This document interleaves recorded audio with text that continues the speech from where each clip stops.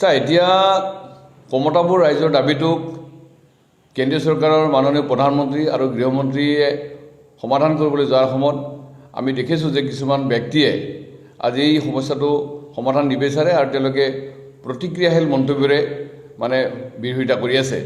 গতিকে আমি তেখেতসকলক কোচ কমতাৰ বুৰঞ্জী অধ্যয়ন কৰিবলৈ আহ্বান জনাইছোঁ আৰু বুৰঞ্জী অধ্যয়ন কৰাৰ পিছত তেখেতসকলে কমতাপুৰৰ ৰাইজৰ দাবীটোক তেওঁলোকে নৎসা কৰক, তাত আমাৰ আপত্তি কৰিব লগা নাই।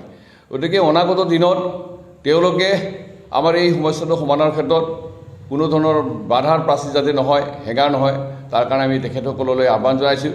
তেখেতসকলে কোচামুখী জনগোষ্ঠীৰ এই দীৰ্ঘদিনীয়া সমস্যাটো সমাধান কৰাৰ ক্ষেত্ৰত এক ইতিবাচক তথা যোগাত্মক ভূমিকা গ্ৰহণ কৰক। আৰু এই ক্ষেত্ৰত কোচামুখী জাতীয় পৰিষদে আমি অহা 26 জানুৱাৰীৰ আগতেই ভাৰতৰ প্ৰধানমন্ত্ৰী আৰু গৃহমন্ত্ৰীক প্ৰস্তাৱিত কমতাপুৰখন ভ্ৰমণ কৰিবৰ কাৰণে আমি আহ্বান জনাইছোঁ।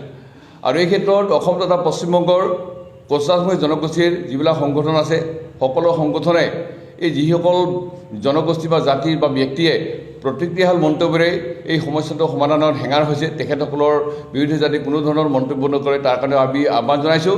আৰু কোচামুখী জনগোষ্ঠীৰ দল সংগঠনবিলাকে কোচামুখী জনগোষ্ঠীৰ এই বৃহত্তৰ স্বাৰ্থত সকলোৱে যাতে ঐক্যমত পোষণ কৰি একতাৰ দলেৰে এই সমস্যাটো সমাধানৰ ক্ষেত্ৰত সহযোগিতা কৰে তাৰ কাৰণে আমি আহ্বান জনাইছোঁ।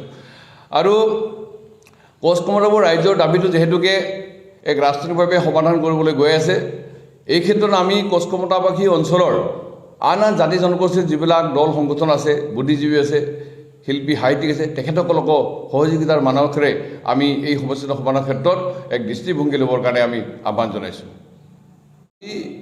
কিছু জনগোষ্ঠীৰ নেতাই আমাৰ এই সমস্যাটো সমাধানৰ ক্ষেত্ৰত কিছু প্ৰতিক্ৰিয়াশীল বা ঋণাত্মক কথা কোৱা আমি দেখিছোঁ। যিসকল ব্যক্তিয়ে কৈছে তেখেতসকলেও প্ৰায় 4-5টা দশক ধৰি ৰাজ্য গঠনৰ দাবী উত্থাপন কৰি আহিছিল। গতিকে আমি কিন্তু সেই জনগোষ্ঠীৰ সমস্যা সমাধানৰ ক্ষেত্ৰত কেতিয়াও প্ৰাচীৰ হোৱা নাই, বাধা হোৱা নাই। তেওঁলোকৰ জাতি জনগোষ্ঠী সামগ্ৰিক বিকাশ আৰু উন্নয়ন হওক তাত আমাৰ ক'ব লগা নাই। কিন্তু কোচামুখী জনগোষ্ঠী যিহেতুকে এক ঐতিহাসিক পটভূমি, 1949 চনৰ 28 আগষ্ট তাৰিখে কেন্দ্ৰৰ লগত আমাৰ স্বাধীন কমতাপুৰ যি চুক্তি হৈছিল, সেই চুক্তি অনুসৰি পাব লগা আমি গ শ্ৰেণীৰ ৰাজ্যৰ মৰ্যাদা বিচাৰি দাবী উঠিছে। আমি অসম বা পশ্চিমবংগ বা অইন কোনো ৰাজ্যৰ আমি এক ইঞ্চি আমি এটা চিলিৰ সমানো আমি মাটি বিচৰা নাই। গতিকে তেওঁলোকে শংকিত হোৱা উচিত নহয়।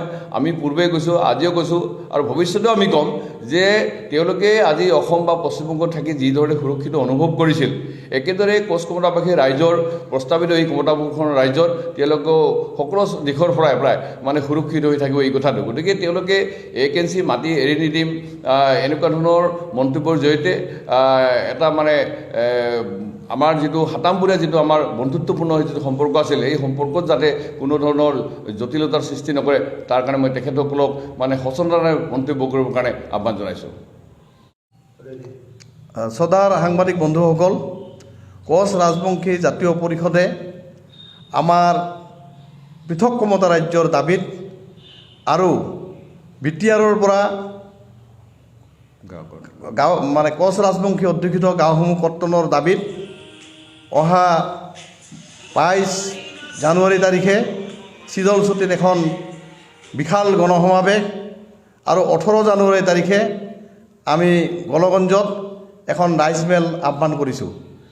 আপোনালোক সকলোৱে জানে যে ইতিমধ্যে বিভিন্ন মিডিয়াত কাগজে পত্ৰে ইতিমধ্যে চাৰিওফালে এই কথাটো বাজি আছে যে অতি সোনকালে ভাৰতবৰ্ষৰ মাননীয় প্ৰধানমন্ত্ৰী নৰেন্দ্ৰ মোদীজী আৰু গৃহমন্ত্ৰী মাননীয় অমিত শ্বাহজীয়ে বিশেষ উদ্যোগ তেখেতসকলৰ বিশেষ উদ্যোগত আমাৰ যি KLO আছে, এই KLOৰ লগত এখন দ্বিপাক্ষিক শান্তি চুক্তিৰ কাৰণে এটা যোজা চলিছে।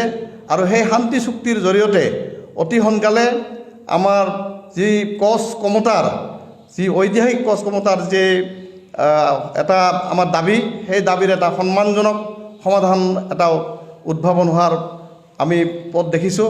আৰু কোচ ৰাজবংশী জাতীয় পৰিষদে এই ক্ষেত্ৰত আমি বিশেষভাৱে আমি তাক আদৰণি জনাইছোঁ।